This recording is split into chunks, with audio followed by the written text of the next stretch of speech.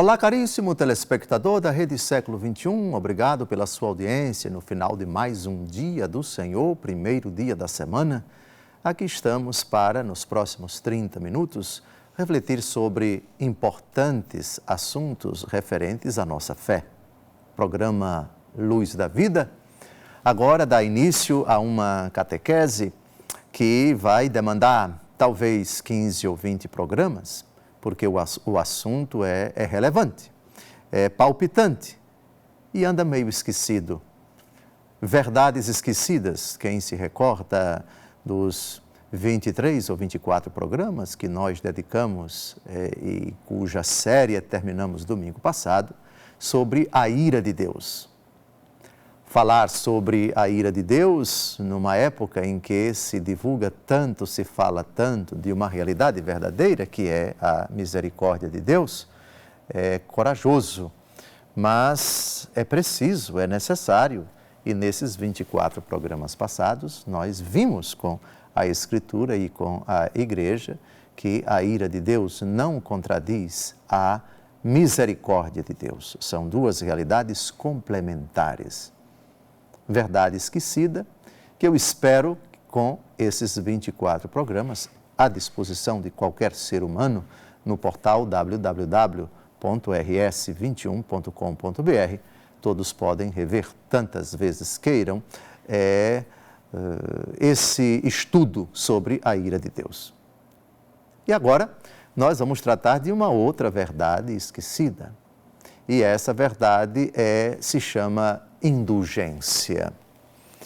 Quando se fala de indulgências, a primeira coisa que se vem à mente para um desavisado, para uma pessoa que conhece pouco a história da Igreja, é o tempo da Idade Média, os séculos 13, 14, 15 e 16, sobretudo esses dois últimos séculos, realidade que contribuiu para o agravamento da crise da Igreja Católica e que levou Martinho Lutero, um monge, ex-monge agostiniano, a se afastar da Igreja Católica, abrindo assim um cisma, rasgando a túnica de Cristo.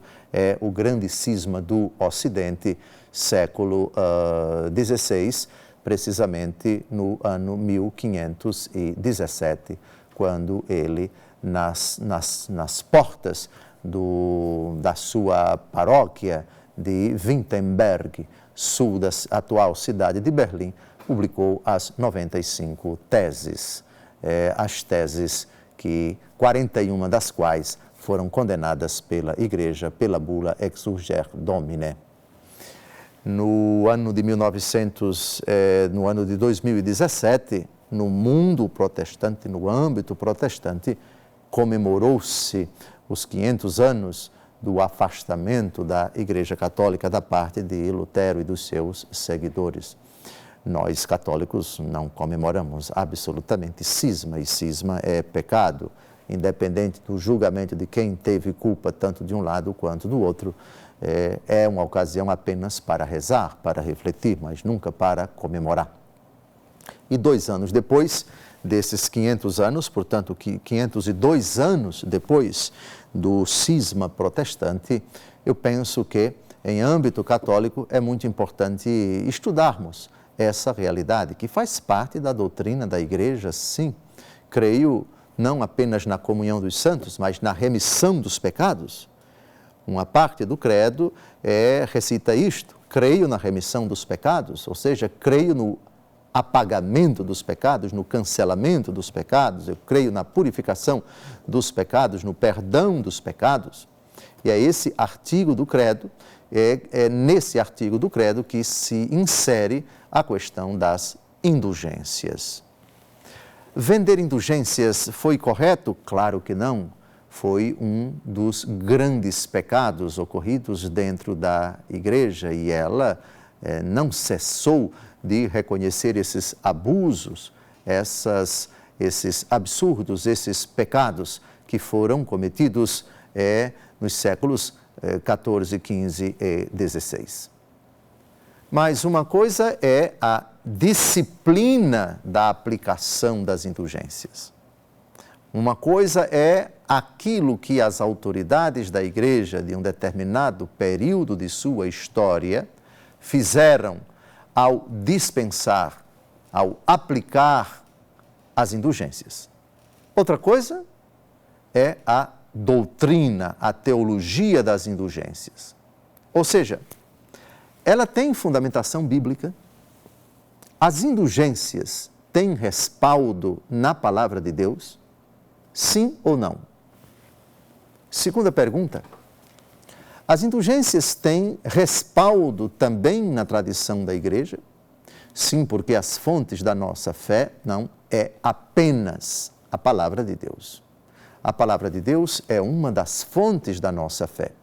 As 3 fontes da nossa fé são a Escritura, palavra de Deus escrita, a tradição oral, que precede a Escritura no tempo, precede no sentido de que, antes de a Bíblia, o Novo Testamento começar a ser escrito, a palavra de Deus foi pregada. Jesus não começou o seu ministério escrevendo, começou pregando. Os apóstolos, após o dia de Pentecostes, não anunciaram o nome de Cristo escrevendo, anunciaram pregando. Portanto, primeiro temos a tradição oral. Com o passar do tempo, essa tradição oral foi sendo colocada por escrito e aí começaram a surgir os livros do Novo Testamento.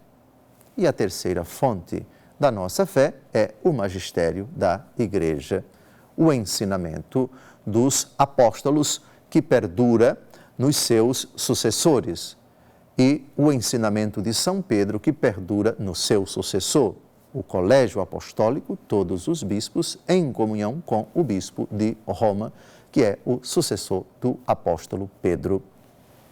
Escritura, tradição e magistério. Essas 3 são as fontes da nossa fé.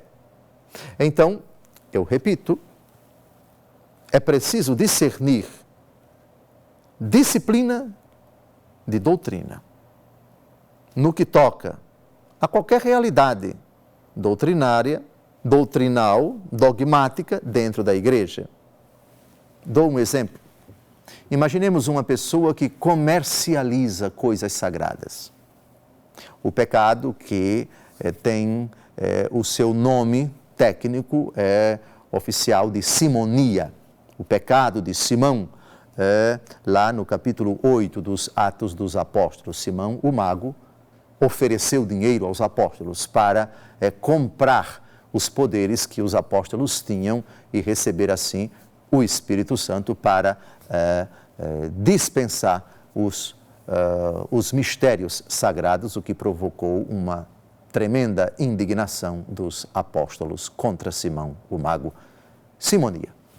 Imagine então uma pessoa que decide praticar dentro da igreja a simonia vendendo os sacramentos. Claro que isso foi, é e será pecado. Mas uma coisa é o pecado que está sendo cometido com os sacramentos. Outra coisa é a fundamentação dos sacramentos. Não é porque uma pessoa dentro da igreja comercializa, por exemplo, a missa, que a missa deixa de ter a sua fundamentação bíblica. E é exatamente isso que nós precisamos colocar no começo, no primeiro programa, sobre as indulgências.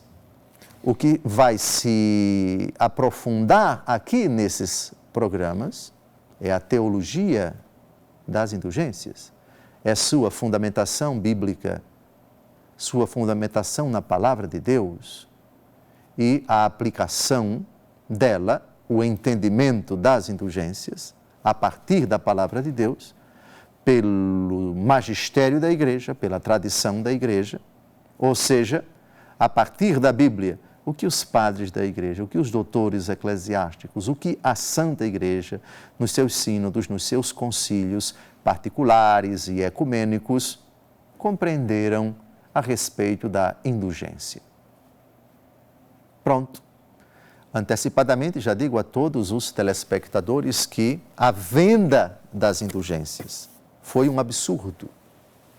Foi uma realidade hoje reconhecida pela Igreja, já há muitos anos reconhecida pela Igreja, aliás, até num documento o documento sobre as indulgências do Concílio de Trento, que foi uma resposta à iniciativa protestante, foi a verdadeira reforma dentro da igreja, a reforma tridentina.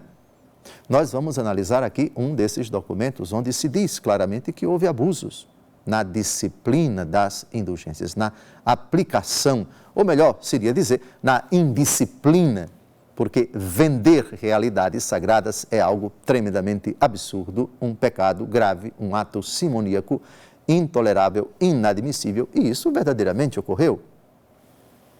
Mas o que vamos tratar aqui são as indulgências enquanto tais.